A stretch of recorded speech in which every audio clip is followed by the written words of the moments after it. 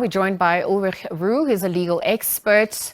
Ulrich, a very good afternoon to you. Thank you for joining us here on the SABC. Perhaps now that the SA official team has met with Tanzanian authorities and visited the Arusha prison, what is likely to unfold from here on to? Hi, good afternoon. Thank you for having me.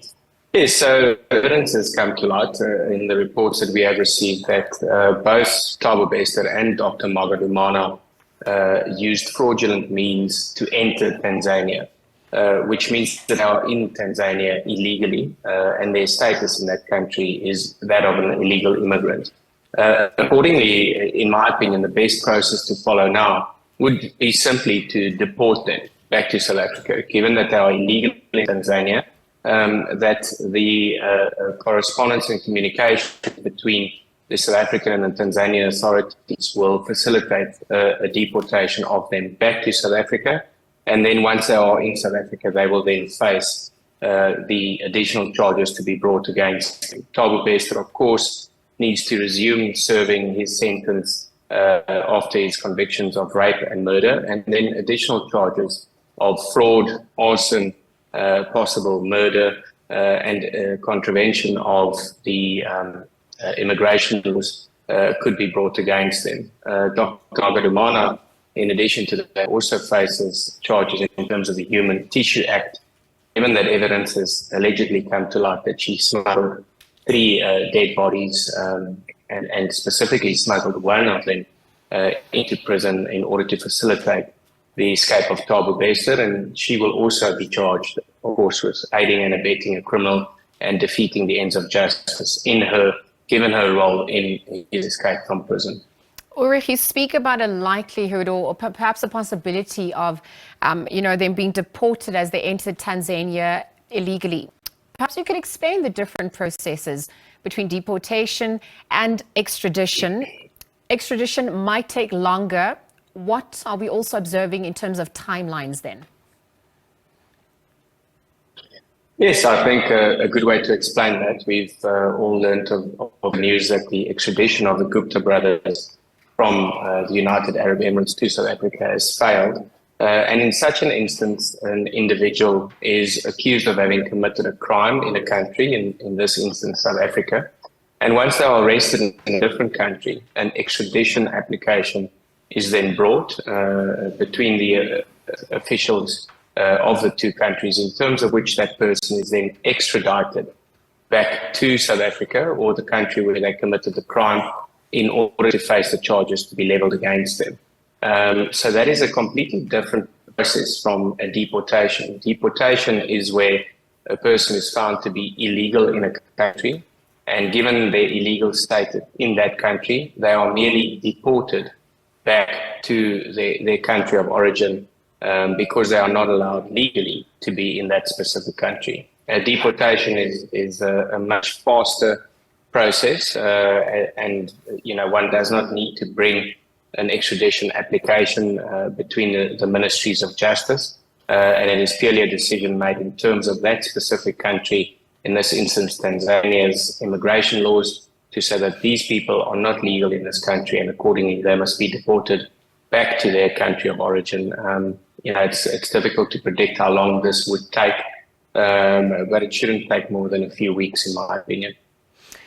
Ulrich, upon those arrested returning to South Africa, in the wake of more arrests happening, perhaps more to come, and we're trying to explore the scenarios and the possibilities that could exist. What happens if one of those who have been arrested turns state witness? How does this also begin to influence the case at hand? What sort of picture could be painted on that front at this point?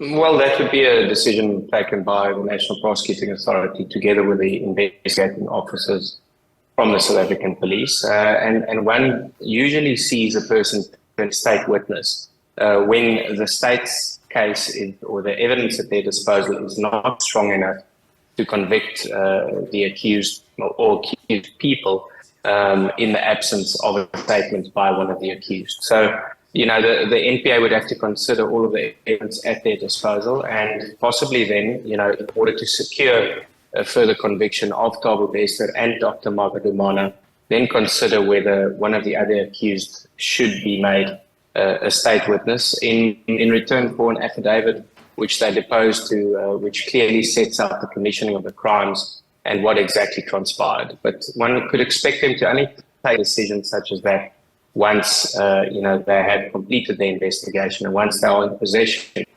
of all of the relevant evidence in this matter. Ulrich, do you suspect more big names to come to the fore, more top brass being exposed at this point? Yes, well, certainly, this fact is a horrific set of facts, an elaborate escape from prison where a dead body was smuggled into prison, where fire was started in an attempt to mislead the authorities as to who in fact died in the fire, etc., etc. And it is clear that these crimes could not have been committed without the extensive assistance of the officials in that prison, in the Mongolia prison, the G4S officials. And one would have to wait and see, what the investigation turns up as to the extent of who was involved, how senior the rankings of these officials is and was that were involved, and to what extent this corruption and fraud took place. But I certainly think that one can expect a few more of the G4S officials to be arrested. It is clear that it could not only have been one of the officials who assisted in this escape, and it is certainly, worrying for society at large that when people are convicted of a crime and they are incarcerated in a South African prison, that the officials tasked with looking after those inmates then in fact assist them to escape. So certainly a strong message that must be sent out to society by the NPA and the National Prosecuting Authority, and one can only hope that a successful prosecution is pursued here in order to ensure that all of those people who were involved are brought to book and to hopefully prevent this from occurring in future. Ulrich, in conclusion, what will justice look like in this case? Well, Thabo Bester will have to serve the remainder of his sentence, for being convicted of rape and murder. And then Dr. Magadumana, she's going to face a host of charges in terms of the Human Tissue Act, moving dead bodies, committing fraud, as aiding and abetting a criminal, defeating the ends of justice. But all of that needs to be evaluated on the strength of the evidence against them, as well as that of the additional people who have been arrested, and as I said, the officials from G4S at the Mongolia prison. And justice is when a person has committed a crime and the state successfully proves the charges against them, that person or those people are convicted. So if that is the case in this instance, then justice would have been done.